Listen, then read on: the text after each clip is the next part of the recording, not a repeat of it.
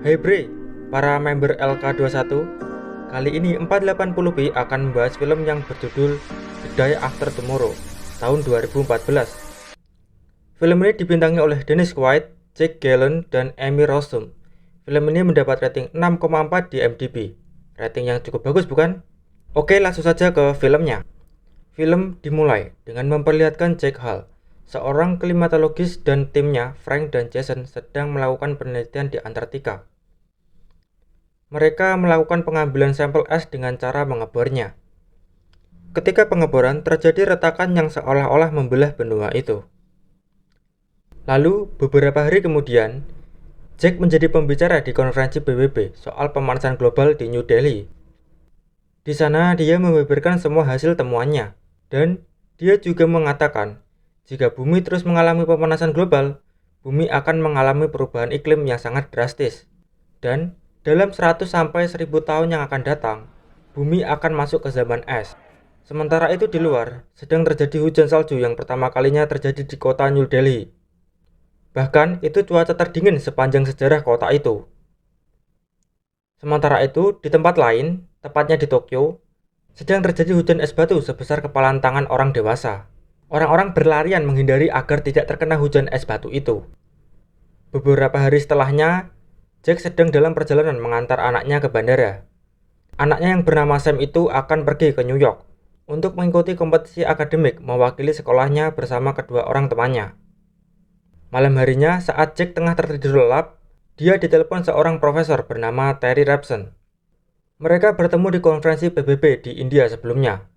Dalam telepon itu, Profesor Terry menjelaskan bahwa kemungkinan soal teori Jack tentang mencairnya es kutub yang akan mengganggu arus Atlantik Utara sedang terjadi. Itu karena Profesor Terry menemukan lebih dari 3 pelampung laut mencatat penurunan suhu air hingga 13 derajat. Jack yang sambil memeriksa detail yang dikirim oleh Profesor Terry merasa ini semua terlalu cepat. Menurut Jack, hal itu baru akan terjadi paling cepat 100 tahun yang akan datang. Pagi harinya, terjadi hal yang mengerikan di Los Angeles. Di sana sedang terjadi angin topan. Tidak hanya satu angin topan, tapi lebih dari 2 angin topan besar yang menyerang Los Angeles, membuat seisi kota porak-poranda. Di tempat lain, Jack bersama partnernya sedang mencari tahu penyebab dari angin topan di Los Angeles dan yang terjadi di beberapa negara lainnya. Jack lalu menjelaskan soal temuan Profesor Terry dan juga menjelaskan teorinya kepada semua orang yang ada di sana. Jack juga mengatakan ini semua belum akan berakhir, malah akan menjadi semakin buruk. Lalu Jack diizinkan untuk meneliti lebih lanjut dengan dibantu kedua temannya, Frank dan Jason, dan juga seorang spesialis topan dari NASA yang bernama Jenna. Tak lama kemudian, hasil penelitian pun keluar. Jack terkejut karena skenario terburuk dari teori yang ia perkirakan baru akan terjadi 100 tahun yang akan datang, ternyata terjadi dalam kurun waktu 6-8 minggu ke depan. Sementara itu, di New York, Sam dan kedua temannya bernama Laura dan Brian tidak bisa pulang karena semua jadwal penerbangan di Amerika ditunda. Mereka akhirnya memutuskan untuk menginap di tempat teman baru mereka yang bernama GD. Pagi harinya, mereka semua bersiap untuk pulang. Baru saja mereka membuka pintu, mereka langsung diperlihatkan keadaan jalan di luar yang sudah terendam air. Itu disebabkan oleh hujan lebat yang terus turun 3 hari belakangan ini. Laura berpikir untuk masuk kembali ke dalam gedung, tapi Sam bersikukuh untuk tetap pulang. Di tengah perjalanan, keadaan semakin buruk. Air terus naik sehingga mencapai paha orang dewasa. Sam pun mengajak teman-temannya untuk pergi ke tempat yang lebih tinggi, dan mereka pun menuju sebuah perpustakaan. Ketika hampir sampai di perpustakaan, Laura yang tidak bisa melihat jalan dengan jelas karena terendam air, membuat kakinya tergores oleh plat kendaraan yang dilewati. Sementara dari arah laut, gelombang tsunami setinggi setengah patung Liberty menerjang kota New York. Dengan cepat, tsunami itu menenggelamkan semua yang ia lalui. Orang-orang berlarian mencoba menyelamatkan dirinya masing-masing, termasuk Sam dan Laura, yang dimana mereka cukup beruntung karena dapat masuk ke gedung perpustakaan sebelum gelombang tsunami menghantam tubuh mereka. Sementara di tempat lain, Jack sedang berkomunikasi dengan Profesor Terry. Jack menjelaskan soal hasil penelitiannya yang terbaru. Penelitian terbaru ini menggunakan data terbaru yang diberikan oleh Profesor Terry sebelumnya. Yang sebelumnya skenario terburuk baru akan terjadi dalam waktu 6-8 minggu, tapi hasil penelitian yang terbaru ini semua akan terjadi dalam waktu 10 hari. Setelah 10 hari, manusia akan memasuki kembali ke zaman es. Di New York, di dalam perpustakaan, beberapa orang termasuk JD tidak bisa menggunakan teleponnya, diakibatkan gangguan jaringan. Lalu Sam ditemani Laura mencari telepon umum yang berada di perpustakaan itu. Mereka lalu menemukan telepon umum di lantai bawah, yang kondisinya sudah setengah terendam air. Sam kemudian dengan cepat menggunakan telepon itu, dan langsung menghubungi ayahnya. Tak lama, telepon itu langsung terhubung pada Jack. Dan ternyata Jack sedang bersama istrinya. Sam memberitahu bahwa dia baik-baik saja, dan sedang mengungsi di perpustakaan umum. Sam pun bertanya kepada Jack apa yang sebenarnya sedang terjadi. Jack menjelaskan semuanya, dan dia pun meminta Sam untuk tidak pergi keluar, dan tetap berada di dalam, dan membakar apapun untuk tetap membuat dirinya hangat. Jack pun berjanji bahwa dia akan menjemput Sam. Setelah telepon itu terputus, Jack langsung mempersiapkan peralatan Arctic-nya untuk pergi menjemput Sam. Beberapa saat kemudian, air tsunami yang menenggelamkan kota New York sudah membeku. Itu membuat seorang polisi di perpustakaan meminta semua orang yang ada di sana untuk mengikutinya, mengungsi ke daerah selatan. Sam yang percaya kepada ayahnya mencoba untuk menjelaskan semua yang dikatakan ayahnya kepada polisi itu. Dan Sam meminta mereka untuk tidak pergi dan tetap berada di dalam perpustakaan. Tapi itu tidak berhasil. Polisi tidak mempercayai apa yang dikatakan Sam. Banyak dari mereka lebih memilih untuk tetap pergi dan hanya menyisakan sedikit orang saja di perpustakaan itu. Mereka yang tetap berada di perpustakaan pindah ke sebuah ruangan yang memiliki perapian di dalamnya. Mereka pun mulai mengumpulkan buku-buku untuk dibakar. Di tempat lain, Jack ditemani Frank dan Jason mulai berangkat menuju tempat Sam berada. Di perjalanan, mobil mereka terjebak tumpukan salju yang sudah sangat tinggi, membuat mereka harus melanjutkan perjalanan dengan jalan kaki. Perjalanan mereka tidak berjalan dengan mulus. Ketika mereka melewati atap kaca yang tertutup salju, tas perbekalan mereka yang berat membuat kaca di bawahnya pecah. Hal itu membuat mereka bertiga tertarik. Bahkan Frank tertarik masuk ke dalam gedung dan membuatnya tergantung di sana. Jack yang melihat itu kemudian menyuruh Jason untuk menahan beban Frank. Selagi Jack menuju ke arah Jason untuk menarik Frank dari sana. Tapi Frank dari bawah melihat kaca yang berada di bawah Jason mulai retak. Frank yang merasa itu tidak akan berhasil, akhirnya memutuskan untuk memotong tali yang mengikat dirinya, agar Jason dan Jack tidak ikut terjatuh ke dalam sana. Besok paginya di perpustakaan, semua orang terlihat khawatir melihat Laura. Ternyata Laura sedang demam tinggi.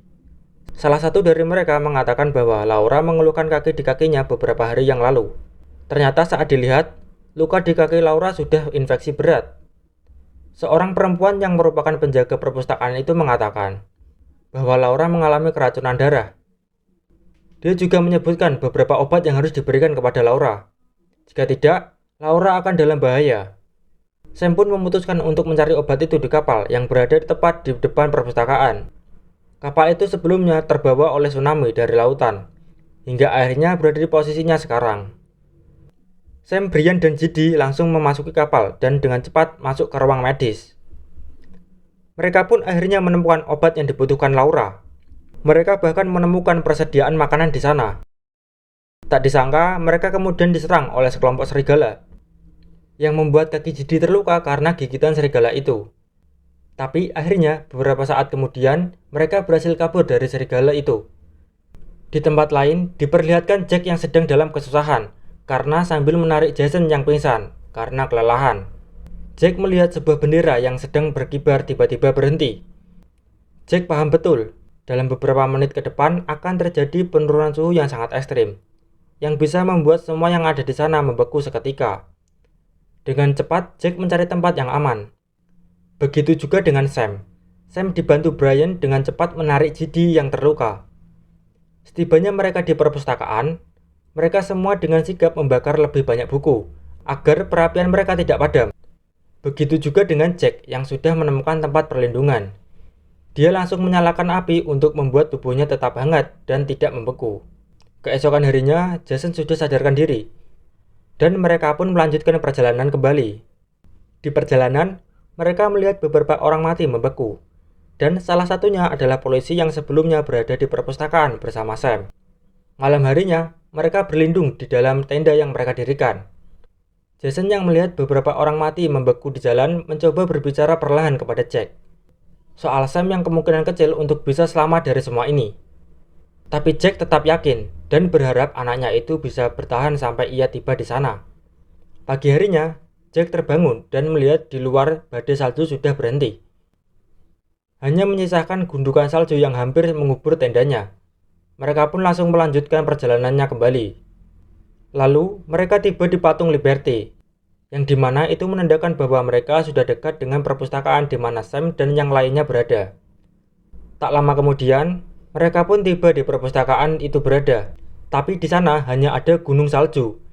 Jack pun berlari ke arah atas gunung salju itu, dan barulah terlihat perpustakaan yang hanya tinggal menyisakan atapnya saja. Mereka berdua lalu bergegas masuk, menyusuri tiap lorong perpustakaan yang sudah membeku. Lalu mereka tiba di depan sebuah pintu, yang di bawahnya terlihat sebuah cahaya yang berasal dari ruangan itu. Dengan perlahan, Jack membuka pintu itu. Lalu, dia bisa melihat ada beberapa orang di sana yang sedang tidur. Termasuk salah satunya adalah anaknya, yaitu Sam. Sam langsung terbangun dan menghampiri ayahnya itu, lalu memeluknya. Tak lama kemudian, mereka diselamatkan oleh sebuah helikopter. Dari dalam helikopter, mereka bisa melihat ke bawah dan melihat beberapa orang yang berhasil selamat seperti mereka. Di akhir film, kita akan diperlihatkan keadaan bumi dari luar angkasa.